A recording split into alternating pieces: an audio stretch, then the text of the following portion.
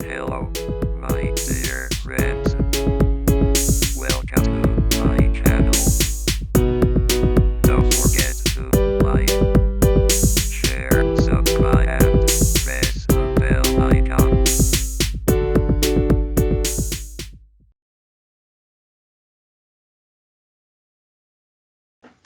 Slide देखिया छ sir यो हाम्रो ट्यालेन्ट म्यानेजमेन्ट अस्ति पढाया हो है हामीले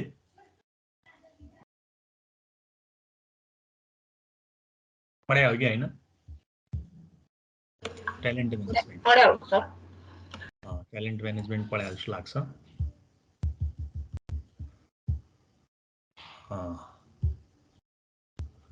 आज चाहिँ कम्पिटेन्सी म्यापिङ कि यो पनि पढाया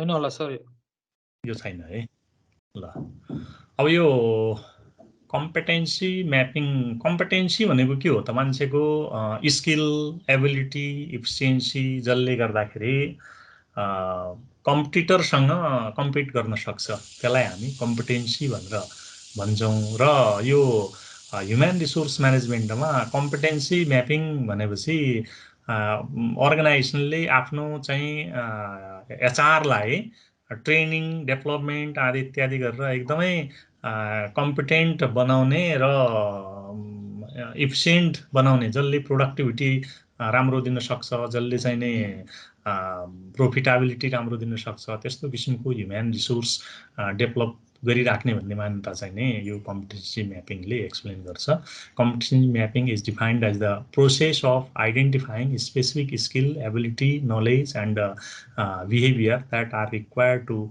operate effectively and efficiently in a specific job or organization. Competency mapping is a process that helps identify key competency for a particular position in an organization or for using it for training, requirement, performance management and succession planning. यो चाहिँ अब competency mapping ले employee को competency कुन व्यक्ति कस्तो competent छ competency के कस्तो किसिमको छ भनेर आइडेन्टिफाई गर्ने र भनौँ न इम्प्लोइको स्किल इफिसियन्सी इन्हान्स गरेर अर्गनाइजेसन को चाहिँ प्रोफिटेबिलिटी इन्हान्समेन्टको लागि चाहिँ नि गरिने प्रयासहरू यो चाहिँ नि कम्पिटेन्सी म्यापिङले कुन व्यक्तिको अथवा चाहिँ कुन इम्प्लोइको कस्तो किसिमको कम्पिटेन्सी छ भनेर आइडेन्टिफाई गर्ने प्रक्रियालाई हामी कम्पिटेन्सी म्यापिङ भनेर भन्छौँ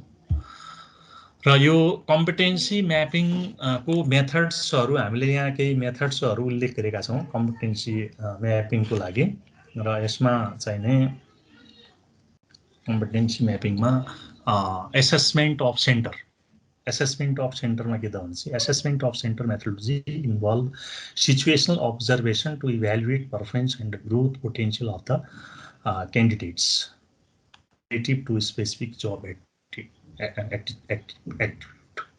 जब एट्रिब्युट कुनै जब विशेषको लागि जब कस्तो छ र त्यो जब परफर्म गर्नको लागि चाहिँ नै मान्छेमा कस्तो किसिमको कम्पिटेन्सी छ भनेर मेजर गर्ने एसेसमेन्ट सेन्टर भनौँ न जस्तो विभिन्न किसिमको इन्टरभ्यू अथवा चाहिँ विभिन्न किसिमको चाहिँ नै इम्प्लोइको इभ्यालुएसन गर्ने एसेसमेन्ट अफ सेन्टर मान्छेमा कस्तो ट्यालेन्ट छ मान्छे कुनै जब विशेष परफर्म गर्नको लागि चाहिँ उपयुक्त छ अथवा छैन भन्ने कुरो आइडेन्टिफाई गर्ने यो चाहिँ एसेसमेन्ट अफ सेन्टर र अर्को क्रिटिकल इन्सिडेन्ट टेक्निक यो क्रिटिकल इन्सिडेन्ट टेक्निकमा चाहिँ कस्तो त भने चाहिँ क्रिटिकल सिचुएसनमा मान्छे चाहिँ कसरी प्रस्तुत हुन सक्छ अथवा चाहिँ क्रिटिकल सिचुएसनमा मान्छेले त्यो सिचुएसन अनुसार आफूलाई चाहिँ सम्हालेर इभेन्टहरूलाई एक्टिभिटिजहरूलाई चाहिँ स्मुथली अगाडि बढाउन सक्छ कि सक्दैन भनेर विषम परिस्थितिमा नर्मल सिचुएसन हुँदा पनि विषम परिस्थितिमा मान्छेले कसरी काम गर्न सक्छ भन्ने कुरो आइडेन्टिफाई गर्ने के हो त भने क्रिटिकल इन्सिडेन्ट टेक्निक र पर्सनल इन्टरभ्यूमा मान्छेसँग पर्सनल इन्टरेक्सनबाट भनौँ न इम्प्लोइसँगको पर्सनल इन्टरेक्सनबाट इम्प्लोइको चाहिँ नि स्किल इफिसियन्सी के कस्तो छ भनेर आइडेन्टिफाई गर्ने। अब यहाँ एसेसमेन्ट सेन्टर र पर्सनल इन्टरभ्यू कस्तो त भने चाहिँ एसेसमेन्ट सेन्टरले कुनै जब विशेषको लागि मान्छे पर्फेक्ट छ अथवा छैन भनेर म्याच गर्न खोज्छ भने पर्सनल इन्टरभ्यूमा मान्छेमा भएको इफिसियन्सी कस्तो छ कुनै जब विशेषको लागि भन्दा पनि इफिसियन्सी स्किल कस्तो छ भनेर आइडेन्टिफाई गर्ने चाहिँ यो के हो त भने चाहिँ पर्सनल इन्टरभ्यू टेक्निक हो। यो चाहिँ नि कम्पिटेन्सी म्यापिङको र क्वेसनायरमा चाहिँ नि क्वेसनायर मेथडले के गर्छ त भने चाहिँ यो क्वेसनायर विभिन्न स्किलसित रिलेटेड क्वेसनायर डेभलप गरेर त्यसको चाहिँ रेस्पोन्स माग्छ। यो त्यसको रेस्पोन्सको आधारमा इम्प्लोइको कम्पिटेन्सी कस्तो छ भन्ने कुरो मेजर गर्ने मेथड हो यो क्वेसनायर। र अर्को साइकोमेट्रिक टेस्ट। यो साइकोमेट्रिक टेस्टमा मान्छेको सिक्न सक्ने क्षमता अथवा भनौँ न नयाँ कुरा सिक्न सक्ने क्षमता छ अथवा छैन मान्छेको चाहिँ भनौँ न यो एप्टिच्युड टेस्ट भनौँ होइन एप्टिच्युड टेस्ट एचिभमेन्ट टेस्ट यिनीहरू चाहिँ नि यो चाहिँ साइकोमेट्रिक टेस्टमा आउँछन्। मान्छे काम गर्न सक्ने अब भले अहिले चाहिँ इम्प्लोइमा त्यो स्किल इफिसियन्सी नहोला र सिक्न सक्ने क्षमता छ अथवा छैन भनेर मान्छेको अथवा भनौँ न मोटिभेसन कस्तो किसिमको छ सिक्न अथवा चाहिँ नयाँ कुरो जान्न चाहन्छ अथवा चाहँदैन साइकोलोजिकल स्टेट चाहिँ कस्तो छ भनेर चाहिँ टेस्ट गरेर म्यापिङ गर्ने प्रक्रिया चाहिँ के त भने चाहिँ यो साइकोमेट्रिक टेस्ट भयो। यो चारवटा मेथड्स अफ कम्पिटेन्सी म्यापिङ। र अर्को एडभान्टेज अफ कम्पिटेन्सी म्यापिङ। यो कम्पिटेन्सी म्यापिङले के एडभान्टेज दिन्छ त increase employees self awareness and aid in career management. इम्प्लोइको कम्पिटेन्सी म्यापिङले इम्प्लोइसँग कस्तो किसिमको कम्पिटेन्सी छ स्किल छ इफिसियन्सी छ भन्ने कुरो थाहा पायो भने इम्प्लोइको करियर डेभलपमेन्ट करियर म्यानेजमेन्टमा त्यसले महत्त्वपूर्ण भूमिका खेल्छ। Identify new leader and support organisation in succession planning. Succession प्लानिङको लागि पनि सक्सेसन प्लानिङ भन्दाखेरि अब उत्तराधिकारी योजना भनौँ न भोलिको दिनमा को चाहिँ लिडर हुन्छ भनेर यो सक्सेसन प्लानिङ अहिलेदेखि चाहिँ कसमा चाहिँ त्यस्तो किसिमको लिडर हुने क्षमता छ स्किल छ कसले चाहिँ अर्गनाइजेसनलाई लिड गर्न सक्छ सिनियर को छ आदि इत्यादि त्यसले चाहिँ सक्सेसन प्लानिङ गर्न पनि यो कम्पिटेन्सी म्यापिङले महत्त्वपूर्ण भूमिका निर्वाह गरेको हुन्छ। Help in making promotion and internal mobility decision more accurate. यो चाहिँ प्रमोसनको लागि इम्प्लोइ प्रमोसनको लागि इन्टर्नल मोबिलिटी एक ठाउँबाट अर्को ठाउँमा लैजानु पर्यो हामी allocation of job according to skill efficiency interest of the personnel भनेर भन्छौँ होइन त्यो जब एलोकेसनको लागि पनि यो के छ तर्फपछि कम्पिटेन्सी म्यापिङ एकदमै महत्त्वपूर्ण छ।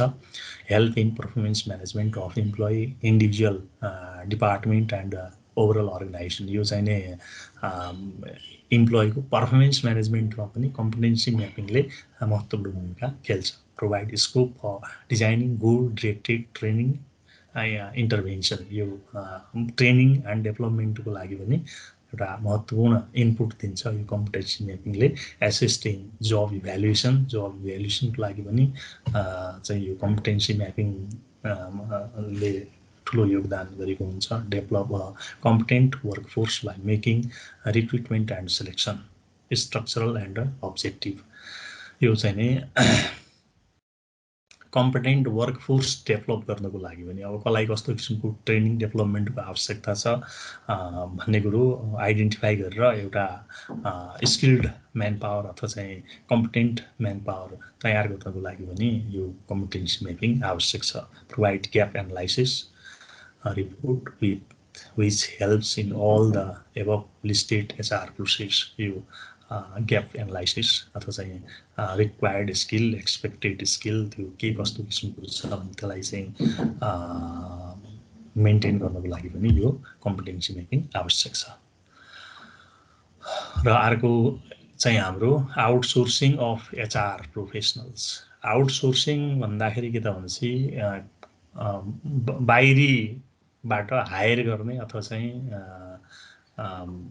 कन्ट्याक्टमा ल्याउने यो प्रोफेसनलहरूलाई चाहिँ बाहिरी अरू अर्गनाइजेसनबाट अथवा चाहिँ ओपन मार्केटबाट अथवा चाहिँ अन्तबाट अर्गनाइजेसन बाहिरबाट कन्ट्याक्टमा केही समयको लागि for certain time period to improve the efficiency of overall organisation जुन चाहिँ नै आउटसोर्सिङ गरिन्छ त्यसलाई हामी आउटसोर्सिङ अफ HR पर्सनल भन्छौँ। Human resource outsourcing is a process in which company utilise the service of the third party to take care of its HR function. HR outsourcing help an organization to gain cost and time efficiency and provide cutting edge over their human resource strategy and improve service to their employee.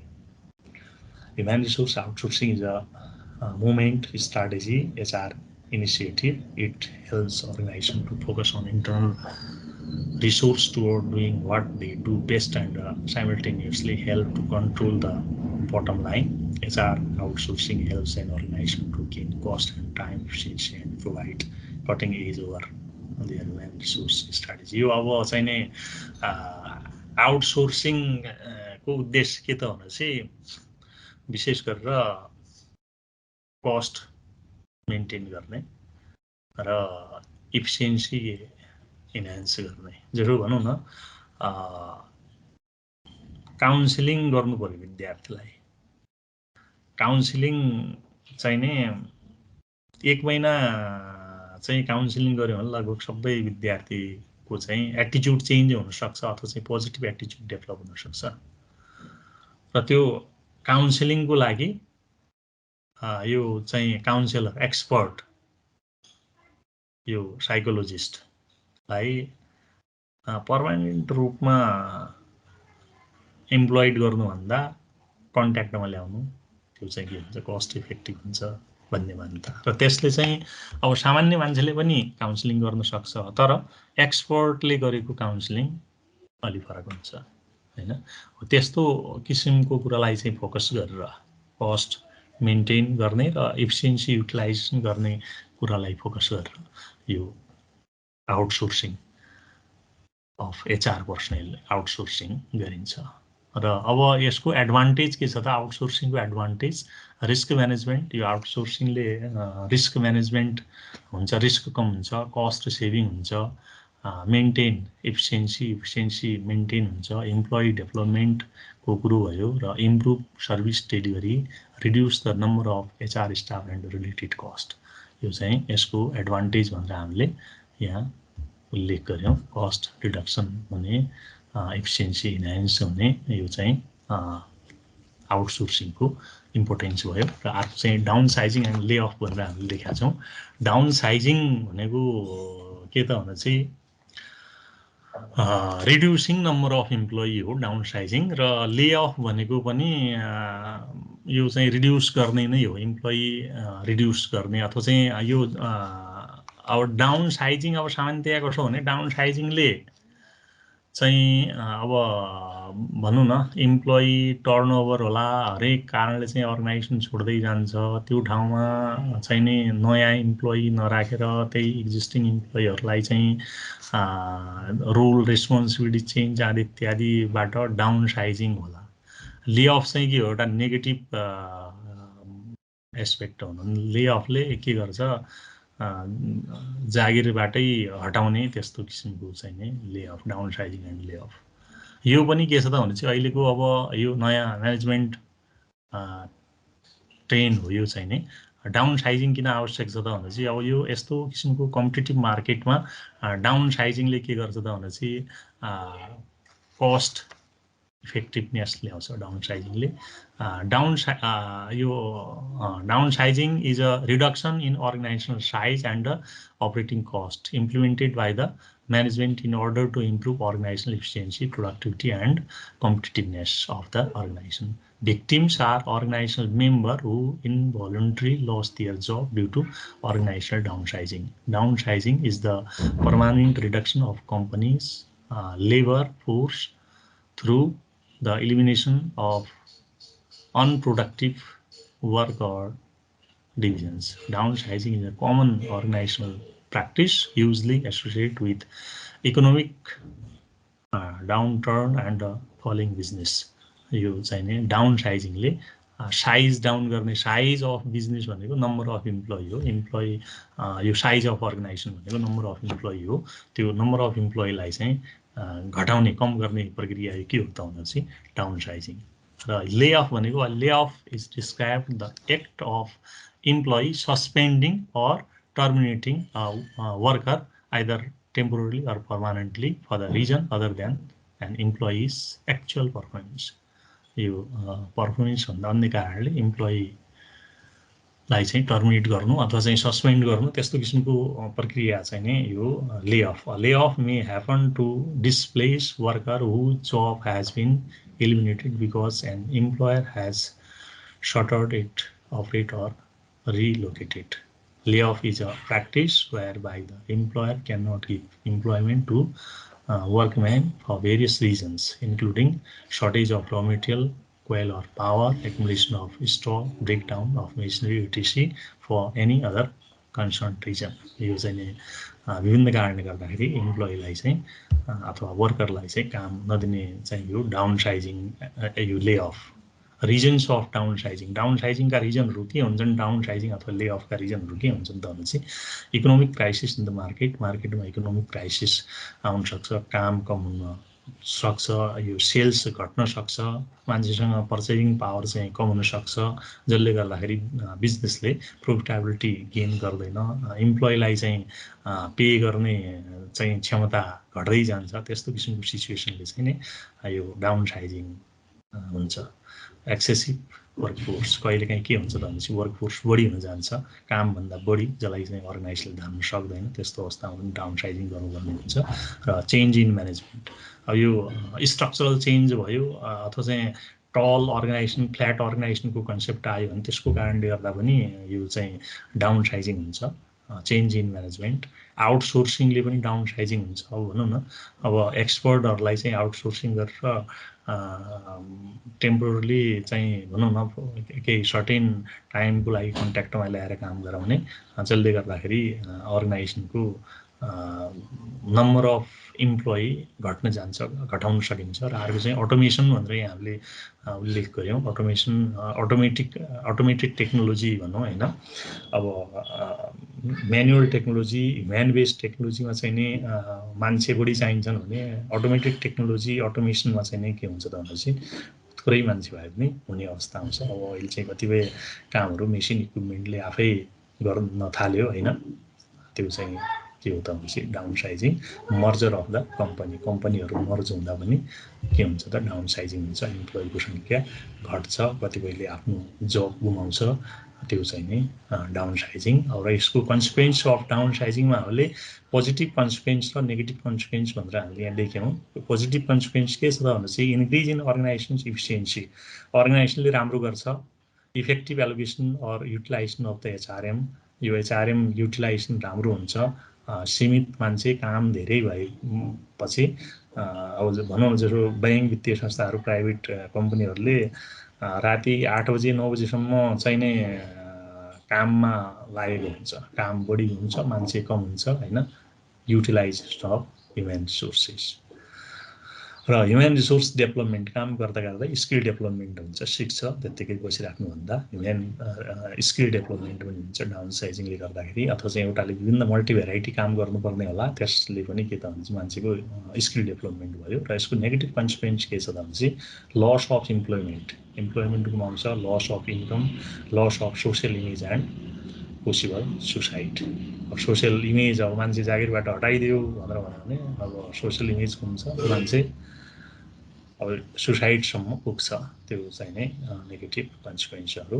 र emergence of work and family issue यो चाहिँ नै work life balance भनौँ work and family issue मान्छेले भनौँ न 8 घन्टा अर्गनाइजेसनमा काम गर्छ अथवा भनौँ न 10 to 5 चाहिँ अर्गनाइजेसनमा काम गर्छ बाँकी समय चाहिँ के त भनेपछि फ्यामिलीलाई दिन्छ होइन.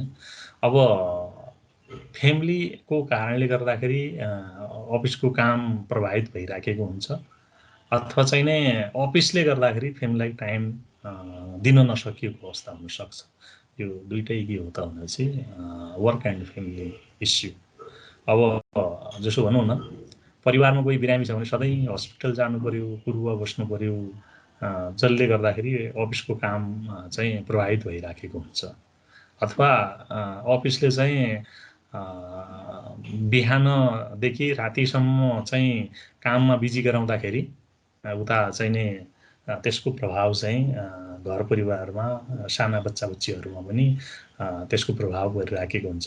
साना बच्चा बच्चीहरूले आफ्नो चाहिँ गार्जियनको चाहिँ नि गाइडेन्सबाट वञ्चित भइराखेको अवस्था हुन्छ। त्यो चाहिँ के त भन्छ, त्यसलाई ब्यालेन्स गर्ने प्रक्रिया नै वर्क लाइफ ब्यालेन्स अथवा चाहिँ यो अहिले चाहिँ वर्क एन्ड फ्यामिली इस्यु चाहिँ यो हो। त्यो भए हुनाले अर्गनाइजेसनले चाहिँ मान्छेले घरमा पनि टाइम दियोस्, अफिसमा पनि चाहिँ नि राम्रोसँग काम गरोस् भन्ने हिसाबले विभिन्न किसिमको यो फ्यामिली लाइफ ब्यालेन्स अथवा वर्क लाइफ ब्यालेन्सलाई चाहिँ मेन्टेन गर्न खोजेको हुन्छ। Concept of work life balance, यो वर्क एन्ड फ्यामिली इस्यु भनेकै के हो त, वर्क लाइफ ब्यालेन्स हो।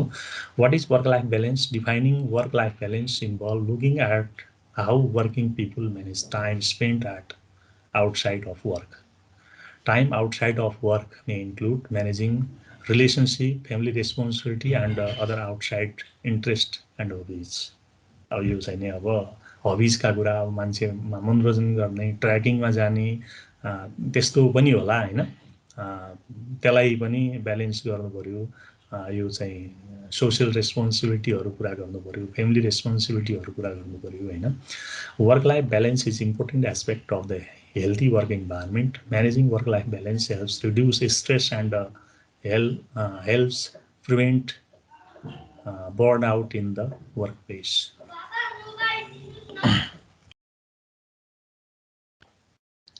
ल सुनिया छ है? हेलो हजुर सर। ल अब हामीले यो वर्क लाइफ ब्यालेन्स भनेको के हो भन्ने कुरो बुझ्यौँ। Reasons for work and family issue. यो वर्क एन्ड फ्यामिली इस्युको कारण चाहिँ के हो त भनेपछि ग्लोबलाइजेसन एन्ड कम्पिटिसन ग्लोबलाइजेसनले गर्दाखेरि ग्लोबल कम्पनीहरूसँग कम्पिटिसन गर्नु पर्यो, राम्रो काम गर्नु पर्यो, बढीभन्दा बढी काम गर्नु पर्यो, राम्रो इफिसियन्सी दिनु पर्यो। त्यसले गर्दाखेरि मान्छेले चाहिँ रात दिन मेहनत गर्नु पर्यो, जसले गर्दाखेरि मान्छेले चाहिँ फ्यामिली लाइफ ब्यालेन्स अथवा वर्क लाइफ ब्यालेन्स चाहिँ मेन्टेन गर्न सकेन। इन्क्रिज्ड एम्बिसन, मान्छेका इच्छा आकाङ्क्षा मनोकाङ्क्षाहरू बढे हैन। अब मान्छेलाई हरेक कुरा चाहियो, त्यसको लागि मान्छेले अर्थोपार्जन गर्नु पर्यो, पैसा कमाउनु पर्यो हैन, जसले गर्दाखेरि मान्छे चाहिँ कता लाग्यो त भनेपछि मनी माइन्डेड भयो। इन्क्रिजिङ लिभिङ स्ट्यान्डर्ड, मान्छेको लिभिङ स्ट्यान्डर्ड चाहिँ इन्क्रिज गर्नु पर्यो, बढाउनु पर्यो, जसले गर्दाखेरि अब काम बढी गर्नु पर्यो। हायर पर्फर्मेन्स स्ट्यान्डर्ड, यो अर्गनाइजेसनमा पर्फर्मेन्स स्ट्यान्डर्ड चाहिँ एकदम हाई, एकदम राम्रो काम गर्नु पर्यो। राम्रो काम गर्नु पर्यो भने मान्छेले चाहिँ मेहनत गर्नु पर्यो, बढी समय चाहिँ अर्गनाइजेसनलाई दिनु पर्यो, अथवा ट्रेनिङ डेभलपमेन्ट हुनु पर्यो। त्यसले गर्दाखेरि यो फ्यामिली लाइफ इस्युहरू आउँछ। फ्यामिली लाइफ इस्युको जसले गर्दाखेरि चाहिँ मान्छेले चाहिँ फ्यामिलीलाई अथवा चाहिँ सोसाइटीको लागि चाहिँ टाइम म्यानेज गर्न सकेन। र अर्को चाहिँ round the clock service. Round the clock भन्दाखेरि 24/365 डेज हैन, त्यो सधैँ चाहिँ काम गर्ने त्यो कन्सेप्टले पनि मान्छे सकेसम्म के त भन्दा बढीभन्दा बढी काम गरौँ भन्ने चाहना हुन्छ, इच्छा हुन्छ मान्छेको। ब्रेकडाउन अफ जोइन्ट फ्यामिली हुँदाखेरि भनौँ न घर परिवारमा बच्चा बच्चीको स्याहार सुसार आदि इत्यादिको लागि चाहिँ मान्छे बढी हुन्छ। त्यो ब्रेकडाउन हुँदाखेरि न्युक्लियर फ्यामिलीमा आउँदाखेरि के भयो त भनेपछि फ्यामिली इस्युहरू आए। परिवारलाई पनि टाइम दिनु पर्यो, बच्चाहरूलाई टाइम दिनु पर्यो हैन। ड्युअल ब्रेड विनर, अब दुईटै बाबामा दुईटै चाहिँ जागिरी भए, ब्रेड विनर भयो भने त्यसले पनि पारिवारिक टेन्सन सुरु गर्छ। घरमा चाहिँ बच्चाहरूलाई कसले हेर्ने के गर्ने भन्ने हुन्छ। र change in knowledge and skill demand, अब आफूसँग भएको नलेज स्किलको डिमान्ड चाहिँ मार्केटमा बढ्यो र बढी ठाउँमा चाहिँ मान्छे इन्भल्भ हुन थाल्यो। त्यसले गर्दाखेरि घर परिवारलाई चाहिँ टाइम दिन नसकेको स्थिति हुनसक्छ। र यसको वर्क लाइफ ब्यालेन्स, अब वर्क लाइफ ब्यालेन्स गर्नु एकदमै महत्त्वपूर्ण कुरो हो। किनभने जतिको चाहिँ नि हाम्रो प्रोफेसनल काम हुन्छ अर्गनाइजेसनलाई जति महत्त्व दिन्छौँ त्यति नै हामीले चाहिँ आफ्नो फ्यामिली सोसाइटीलाई पनि दिनुपर्ने हुन्छ। यसको चाहिँ इम्पोर्टेन्स अथवा चाहिँ एडभान्टेज के छ भन्दा चाहिँ यो इन्क्रिज्ड प्रोडक्टिभिटी वर्क लाइफ ब्यालेन्स। अब वर्क लाइफ ब्यालेन्सले एउटा फ्यामिलीलाई मात्रै चाहिँ फोकस गर्दैन आफ्नो कामलाई पनि फोकस गर्छ। यो टाइम म्यानेजमेन्ट भनौँ हैन र अफिसलाई उचित किसिमको टाइम दिँदाखेरि त्यसले प्रोडक्टिभिटी पनि राम्रो देखाउँछ। Less instant of sickness and absenteeism. यो भनौँ न मान्छेमा एब्सेन्टिजम जुन कारणले गर्दाखेरि एब्सेन्टिजम हुने हुन्छ यो फ्यामिली लाइफ ब्यालेन्स गर्नको लागि अथवा चाहिँ वर्क लाइफ ब्यालेन्स गर्ने क्रममा चाहिँ के हुन्छ त भने चाहिँ एब्सेन्टिजम पनि कम हुन्छ र ह्याप्पियर लेस स्ट्रेस्ड वर्कफोर्स पनि के हुन्छ खुसी हुन्छ तनाव मुक्त हुन्छ हैन। यो चाहिँ नि अर्को staff feeling valued and that their personal and family life is important. यो स्टाफ चाहिँ खुसी हुन्छ फ्यामिली लाइफ इम्पोर्टेन्सलाई चाहिँ फोकस गर्छ। Improvement in employee mental health and well-being mental health राम्रो हुन्छ स्ट्रेस मुक्त हुन्छ। मोर इङ्गेज्ड स्टाफ चाहिँ बढीभन्दा बढी चाहिँ काममा इङ्गेज हुन्छ व्यस्त हुन्छ चाहे त्यो फ्यामिली वर्क होस् चाहे त्यो अफिसियल वर्क होस्। Greater employee loyalty commitment and motivation इम्प्लोइको लोयल्टी कमिटमेन्ट मोटिभेसन पनि राम्रो हुन्छ। त्यसले गर्दाखेरि staff less likely to leave स्टाफले छोडेर जाने टर्नओभर हुने सम्भावना पनि कम हुन्छ।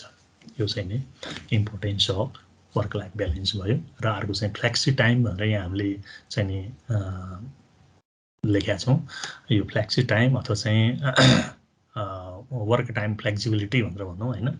फ्लेक्सी टाइम भन्दाखेरि अब अहिले जुन चाहिँ नि भनौँ न मान्छेले बढीभन्दा बढी इङ्गेजमेन्ट हुने अथवा चाहिँ बढीभन्दा बढी काममा चाहिँ व्यस्त हुने र एक्सपर्ट मान्छेलाई अथवा चाहिँ विज्ञलाई के हुन्छ त भने चाहिँ त्यति साह्रो फुर्सद हुँदैन दिनभरि व्यस्त हुन्छ र कतिखेर फुर्सद हुन्छ भनौँ न इम्प्लोइलाई चाहिँ उपयुक्त हुने किसिमको टाइममा अर्गनाइजेसनले काम गर्ने वातावरण मिलाइदिनु त्यो नै के हो त फ्लेक्सी टाइम। जसो भनौँ न कुनै मान्छे अब अघि भने जस्तो साइकोलोजिस्ट हो जस्तो काउन्सिलिङको लागि साइकोलोजिस्ट चाहियो। साइकोलोजिस्टलाई दिनभरि टाइम छैन बेलुकाको 6 देखि 8 बजेको टाइम चाहिँ छ फ्री त्यति बेलाको टाइम चाहिँ मिलाइदिनु पर्यो फ्लेक्सी टाइम। अथवा 2 घण्टा बिहान 2 घण्टा बेलुका गर्ने वातावरण मिलाइदिनु पर्यो। अथवा चाहिँ दिउँसो कति बेला चाहिँ भनौँ न वर्करको कम्फर्टेबलमा चाहिँ टाइम वर्किङ टाइम म्यानेज गरिदिने प्रक्रिया फ्लेक्सी टाइम हो। Flexi time or flex time is a work arrangement in which employee can choose the starting and finishing time of the workday. Flexi time employees are typically required to work during their employees' core hour. Flex time work arrangement are popular because they help employee achieve a positive work-life balance. Positive work-life balance लागि यसले महत्त्वपूर्ण भूमिका खेल्ने हुनाले चाहिँ नि flexi टाइमको concept चाहिँ एकदमै महत्त्वपूर्ण हो। र यो इम्प्लोयरले इम्प्लोइलाई कतिखेर चाहिँ काम गर्न उपयुक्त हुन्छ कतिखेर टाइम मिल्छ त्यो अनुसारले टाइम म्यानेज गर्ने प्रक्रिया हो flex time. Employee with flex time schedules work the same amount of hour as those with the traditional work schedule. Also, companies with this type of schedule are typically flexible on the particular hour you begin and end work so long as you work all of your required hour for the day. You have a flex time भनेपछि you have यसको advantage and disadvantage of flexi time. Advantage मा promote work-life balance. Work-life balance लाई यसले राम्रो बनाउँछ. Helpful for working parents. अब dual bread winner भनेर भनेको थियौँ। त्यो ड्युअल ब्रेड विनरको लागि राम्रो, एकजनाले बिहान काम गर्ला, अर्कोले बेलुका काम गर्ला, यो घर परिवारलाई पनि टाइम दिन सकियो, भनौँ न आफ्नो बच्चा बच्चीहरूलाई पनि, र आफ्नो काम पनि गर्न सकियो। एभोइड ट्राफिक, अफिस टाइममा एकदमै चाहिने जुन ट्राफिक जाम हुन्छ त्यो पनि कम हुनसक्छ। एट्र्याक्ट्स प्रोस्पेक्टिभ इम्प्लोइ, जुन चाहिँ नि इफिसियन्ट प्रोस्पेक्टिभ इम्प्लोइ छ, टाइम नभएर एट्र्याक्सन नभएको हुनसक्छ, त्यस्तो प्रोस्पेक्टिभ इम्प्लोइलाई पनि एट्र्याक्ट गर्न सक्यो। इन्क्रिज प्रोडक्टिभिटी इन्क्रिज गर्न सक्यो। त्यसको disadvantage, it can be isolated. अब ग्रुपमा चाहिँ भइरहेन, आइसोलेट हुनसक्छ, एक्लै आएर काम गर्ने, त्यस्तो किसिमको समूहबाट आइसोलेट हुनसक्छ। It can be hard to coordinate, यो समन्वय गर्न।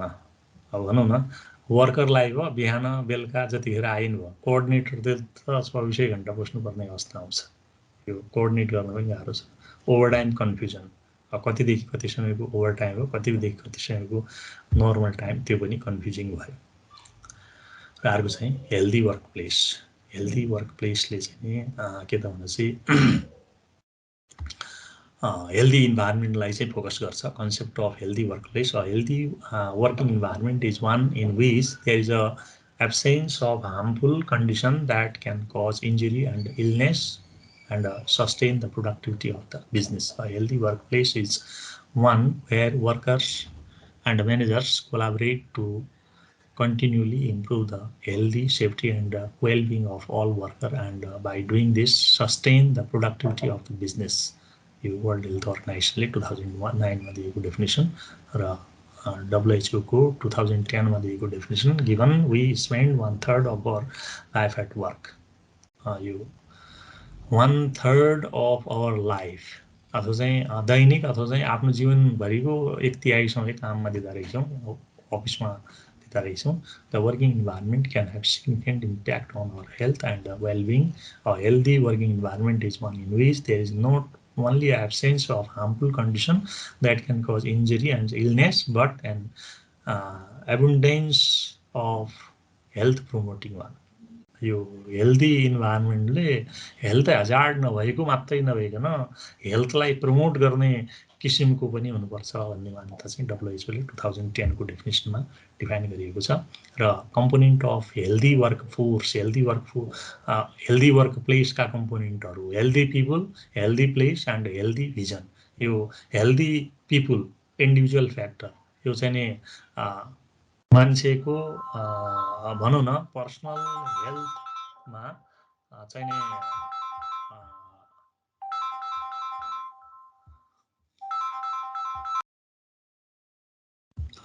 सुनिया छ है। अब यो कम्पोनेन्ट अफ हेल्दी वर्क प्लेसमा healthy people, individual factor, healthy place, environmental factor, healthy vision, organisational factor. अब यो चाहिँ नि healthy people, individual health, public health, यो चाहिँ इम्प्लोइ हेल्थको कुरो यसले इन्क्लुड गर्छ। हेल्दी प्लेस भन्दाखेरि हेल्दी इन्भाइरोमेन्ट, यो चाहिँ इन्भाइरोमेन्टल फ्याक्टरहरूको लाई, र हेल्दी भिजन यो चाहिँ नि पोलिसी, अर्गनाइजेसनको पोलिसी पनि के त भने चाहिँ इम्प्लोइ हेल्थ अथवा चाहिँ इन्भाइरोमेन्टल हेल्थ लाई चाहिँ फोकस गर्छ। यो चाहिँ component of healthy work place. अर्को चाहिँ एडभान्टेज अफ हेल्दी वर्क प्लेसको एडभान्टेज के छ त भने चाहिँ improve the health and wellbeing, improve health and wellbeing, हेल्थलाई राम्रो बनाउँछ। Greater productivity, higher performance, increase job satisfaction, greater work participation and increase social inclusion. यो वर्क पार्टिसिपेसन पनि अब हेल्दी इन्भाइरोमेन्टमा काम गर्न रमाउँछन्, रुचाउँछन्।